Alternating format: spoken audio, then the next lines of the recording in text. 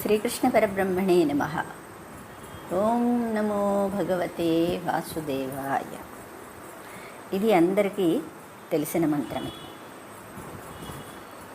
అయితే దీనిని ఎంతవరకు మనం తెలుసుకోగలుగుతున్నాము అంటే, ఇది ఒక ద్వాదశాక్షరి మంత్రము అన్నారు. మంత్రం అన్నారు కదా, మంత్రం అంటే ఏంటి? ఇది ఋషిపోక్తం. మంత్రాలకి చాలా శక్తి ఉన్నాయి. ఇలాగే అన్ని మంత్రాలకి ఉంది. కానీ దీన్ని అర్థం చేసుకోగలిగితే మన జీవితమే మారిపోతుంది. కానీ అయితే మనది ఎన్నో సమస్యలతో ఉన్న జీవితం. అంటే ముడిబడిన జీవితాలకు నుడినందించి, బ్రతుకు నడవడిని మరలించి, చీకటిలో తారాడే జీవులకు నిత్య వెలుగులను ప్రసాదించు దివ్యమైన సవ్వడియే భగవన్నామము అన్నారు. ఇది అందరికీ పంచిపెట్టాను, కానీ వాట్సాప్లో కూడా పెడితే ఇది అందరూ కూడా తెలుసుకొని ఆ నామానికి ఉన్న మహత్యాన్ని, ఆ ప్రతి అక్షరంలోని ఉన్న అర్థాన్ని తెలుసుకొని ధరిస్తారనే భావంతో దీన్ని నేను చెప్తున్నాను. నేను పెద్ద పండితురాలని కాదు, పెద్దగా నాకు పాండిత్యం కూడా తెలియదు. కానీ ఈ నామాన్ని యొక్క ప్రభావాన్ని నేను అనుభవిస్తున్నాను. అంటే కృష్ణ రూపం కంటే కూడా నామం గొప్పది అన్నారు. మీకు అది తెలిసిందే. శ్రీరామ నామం కంటే, అంటే శ్రీరాముని రూపం కంటే ఆయన యొక్క నామం చాలా గొప్పది అని. అలాగే ఎక్కి పయనించడానికి ఒక్క నావ చాలు, కీర్తించి తరించడానికి ఒక్క నామం చాలు అన్నారు. ఈ కలియుగంలోని నామ ప్రభావాన్ని చాలామందే వర్ణించారు. అంటే ఎందుకు నామ ప్రభావము అంటే, కలియుగంలోని మానవుడికి వయస్సు తక్కువ, రోగాలు ఎక్కువ, బుద్ధిమాంద్యం, ఆశలు ఎక్కువ, మనశ్చిన్నది, ఆశలు పెద్దవి, అలా ఉంటుందన్నమాట. అంటే జీవితం చిన్నది, ఆశలు చాలా ఎక్కువగా ఉన్నాయి. అలాంటి మనిషి ఒక చిన్న నామాన్ని పట్టుకుంటే ఈ జీవితం తరించిపోవచ్చు. కానీ ఆ నామాన్ని కూడా ఎంతమంది పట్టుకోగలుగుతున్నారు? విషయాల్ని పట్టుకోవటంలో వాళ్ళకి బాధ లేదు, కానీ నామాన్ని పట్టుకోవటంలోని చాలా ఇబ్బంది పడుతున్నారు. ఎందుకు అంటే విషయవాసనలకి బలం ఎక్కువ, అందువల్లనమాట. ఓం నమో భగవతే వాసుదేవాయ. ఇది ద్వాదశాక్షరి మహామంత్రము, దివ్యమైన భవ్యమైన వాసుదేవుని చైతన్య స్వరూపము అన్నారు. అంటే ఈ నామము ఏదో అక్షరాల సముదాయము కాదు, ఇది సాక్షాత్ పరబ్రహ్మస్వరూపము. అందుకనే దీన్ని మధురమైన నామము అన్నారు. హరే రామ రామ రామ హరే హరే, హరే కృష్ణ కృష్ణ కృష్ణ హరే హరే. ఇది మీకు తెలిసిందే. ఇది ఒక సంస్థనే ఏకంగా ఆయన స్థాపించి ఈ నామాన్ని ప్రాచుర్యం చేశారు. అదేవిధంగా అసలు నామాన్ని గొప్పతనం తెలియాలి అంటే మనం నామం గురించి విశ్లేషించుకోవాలి కదా. దాని గురించే చిన్న ప్రయత్నం నాది. ఈ దివ్యామృతమును ఎందరో పానం చేసి తరించారు, ఈ మంత్రము వైభవమును ఎందరో కూడా అనుభవించారు. కానీ ఎందరు ఆ వైభవమును ఆలపించగలరు అంటే, ఎంతమంది ఈ నామాన్ని స్మరించగలరు? కృష్ణ అనడమే ఒక పెద్ద బరువు, అవునా? అలాంటిది 24 hours ఆ నామాన్ని జపించాలి అంటే ఎన్ని విషయాల్ని వదులుకుంటే, ఈ మనస్సు ఎప్పుడు విషయాల గురించే ఆలోచిస్తూ ఉంటుంది కదా. మరి ఆ విషయాల్ని వదులుకుంటే ఆ నామస్మరణ నువ్వు చెయ్యగలవు. నామస్మరణ చెయ్యాలి అంటే మనస్సు కూడా దానికి అలవాటు పడాలి. మనస్సు అలవాటు పడాలి అంటే ఇక్కడ నేను అనే అహంకారం ఉంటుంది కదా, ఆ అహంకారం పరమాత్మని పట్టుకుంటే అప్పుడు మనస్సు పరమాత్మ. అందుకనే కృష్ణయ్య భగవద్గీతలో అనన్యాసింతయంతో మాం ఏ జనా పరిరూపాసతే తేషాం నిత్యాభియుక్తానాం యోగక్షేమం వహామ్యహం అని చెప్పారు. అంటే ఎవరైతే అనన్యం అంటే అన్యము లేని విషయాలు, అంటే ఏ విషయాలు లేకుండా నన్నే పట్టుకుంటారు అంటే నా నామాన్ని నన్నే పట్టుకుంటారంటే భగవంతుడు మనకేమైనా కనిపిస్తాడా? కనిపించడు కదా, ఆయన అవాంగ్ మానసగోచరుడు. అందుకని ఆయన నామాన్ని పట్టుకుంటే ఆ నామం నిన్ను తరింప చేస్తుంది. ఏ విధంగా అంటే ఆయన ఏమిటి వాదా చేశారు? ఎవరైతే నన్ను పట్టుకుంటారో వాళ్ళ యోగక్షేమాల్ని నేనే భరిస్తాను అన్నారంటే యోగము క్షేమము అన్నారు. యోగము అంటే నీకు లభించిన దానిని యోగం. ఏదైనా మనకి ప్రపంచంలోనే ఎన్నో మనకి లభిస్తున్నాయి. అందులో ధనము, యవ్వనము, ఆరోగ్యము, భార్య, పుత్రులు, ధనం, అవునా, సంతానం, ఇవన్నీ కూడా మనకి లభిస్తున్నాయి. కానీ వాటిని మనం శాశ్వతంగా ఉంచుకోగలుగుతున్నామా అనేది ఎవరు కూడా చెప్పలేరు. కానీ భగవంతుడు ఇక్కడ దాన్ని వాగ్దానం చేస్తున్నారు. ఏమని? నువ్వు ఎప్పుడైతే నన్ను పట్టుకుంటావో నీకు ఇచ్చిన వాటినన్నిటినీ కూడా నేను భద్రపరుస్తాను అన్నారు. అంటే నేను రక్షిస్తాను అని ఇక్కడ వాదా చేశారు. అనన్యా చింతయంతో మాం ఏ జనా పర్యుపాసతే. పర్యుపాసంటే మళ్ళీ మళ్ళీ తేషాం అభియుక్తానాం యోగక్షేమం వహామ్యహం. నీ యోగక్షేమాల్ని నేను కాపాడుతాను అని చెప్పారు. అలాంటి వాదాన్ని ఎవరైనా ఈ సృష్టిలో అంటే ఈ ప్రపంచంలో ఎవరైనా చేయగలరా అంటే ఎవరు చేయలేరు. ఎందుకంటే అన్నీ కూడా అశాశ్వతమైనవే, అంటే అన్నీ కూడా రాకపోకలు ఉన్నవే. అందుకనే భగవత్ మంత్రానికి ఇంత మహత్యం ఉంది అని చెప్తున్నారు. అందుకని అంటారు. కానీ ఎందరూ ఆ వైభవాన్ని ఆలపించగలరు? ఆదిశేషుని సైతము సాధ్యపడని ఈ మహత్ కార్యమును మహర్షి నిర్వహించారు. అంటే ఎవరంటే మహర్షి ఎవరంటే వ్యాసులు వారు తప్పించి వ్యాసాయ విష్ణు రూపాయ వ్యాసరూపాయ విష్ణవే అన్నారు. అంటే వ్యాసం అంటే అంతటా వ్యాపించి ఉన్న అతనే వ్యాసులు వారు. అంటే సాక్షాత్తు పరబ్రహ్మస్వరూపమే. అందుకని తన యొక్క మంత్రాన్ని అంత ఈజీగా ఆయన చెప్పగలిగారన్నమాట. ఓం నమో భగవతే వాసుదేవాయ అనేది మంత్రములోని ఒక్కొక్క అక్షరముతో ఒక్కొక్క శ్లోకమును ప్రారంభించి 12 శ్లోకాలతో ఈ స్తోత్రమును సంపూర్ణం చేశారు. అంటే ఒక్కొక్క అక్షరానికి ఒక్కొక్క శ్లోకాన్ని ఒక్కొక్క మహామంత్రాన్ని ఎలాగైతే భగవద్గీతని మంత్రాలుగా చెప్పుకున్నామో ఇలాగే ఓం నమో భగవతే వాసుదేవాయ అనేది ఒక్కొక్క అక్షరానికి ఒక్కొక్క మంత్రం ఉందన్నమాట. సరే, కృష్ణ అర్పణ. ఫస్ట్ శ్లోకం. ఓం ధితో అజ్ఞానవస్త్రేణ రాగానీకేన నిర్జితః కర్మ నిద్రాం ప్రపన్నోస్మి త్రాహి మాం మధుసూదన. మళ్ళీ ఇంకొకసారి, ఇది ఎప్పుడు కూడా నేను 2 సార్లు రిపీట్ చేస్తాను. ఓం ధితో అజ్ఞానవస్త్రేణ రాగానీకేన నిర్జితః కర్మ నిద్రాం ప్రపన్నోస్మి త్రాహి మాం మధుసూదన. ఓ మధుసూదన, నేను అజ్ఞానమనే తడి వస్త్రముచే తడిసిన వాడను.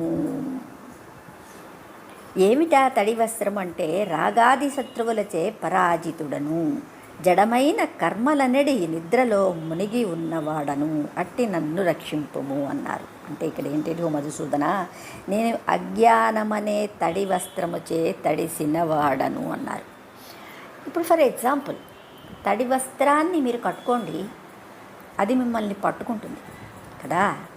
అలాగే మనం ఎన్నో అజ్ఞానము అంటే కర్మలనే అజ్ఞానంలోని వాటన్నిటినీ నేను నాది అనే వస్త్రంతో, అంటే తడి వస్త్రము అన్నారు, ఇది నిన్ను బంధిస్తుంది. కానీ ఏమిటి ఇవి అంటే మనం చెప్పుకున్నాం, రాగాలు.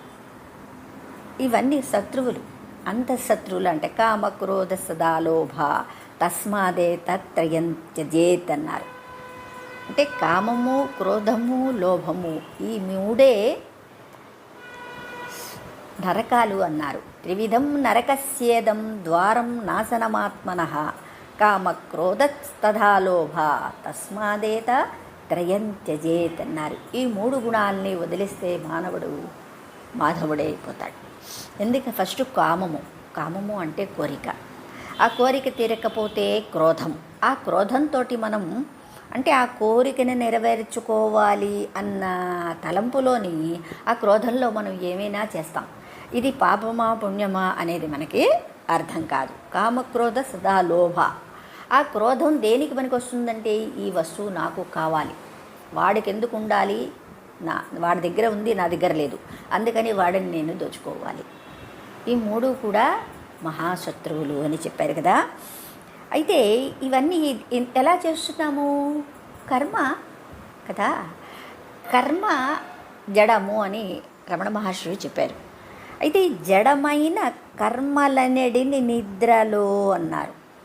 అంటే నిద్ర మనకి తమో గుణం అన్నారు, తమస్సు. ఈ కర్మలు కూడా తమస్సే. తమస్సు అంటే అజ్ఞానము. ఇప్పుడు నిద్ర అనేది ఏమిటి? నిద్ర అంటే అజ్ఞానము అంటే ఏది నిజము కాదో దాన్ని నిజమని భ్రమించడమే అజ్ఞానము అన్నారు కదా. అందుకని ఆ అజ్ఞానంలో ఇప్పటి వరకు నేను మునిగి ఉన్నాను. అలాంటి నన్ను పరమేశ్వర నువ్వు నన్ను రక్షింపు అన్నారు. సరే, 2వ శ్లోకం. ఓం తర్వాత నా. ఓం నమో కదా.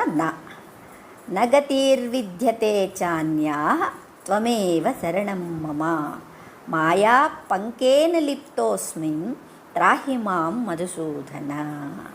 నగతిర్విద్యతే చాన్యా త్వమేవ శరణం మమ మాయా పంకేన లిప్తోస్మిన్ త్రాహి మాం మధుసూదన అన్నారు. అంటే ఓ మధుసూదన, నాకు వేరే దిక్కు లేదు. నగతిర్విద్యతే చాన్యా అన్యా అన్నమాట. నిన్నే శరణజొచ్చి ఉన్నాను అంటే ఇక్కడ శరణాగతి అవునా. నేను అజ్ఞానిని అని ముందు మనం ఒప్పుకోవాలి కదా. ఏమిటి అజ్ఞానం అనేది కూడా తెలియాలి కదా. అప్పుడే పరమాత్మని మనం శరణు వేడుతాం.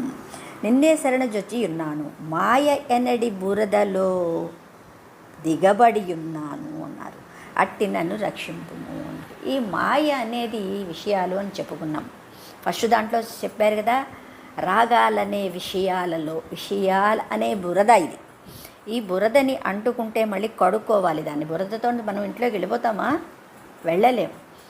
అంటే ఇల్లు అనేది నీకు చెప్పారు హృదయం.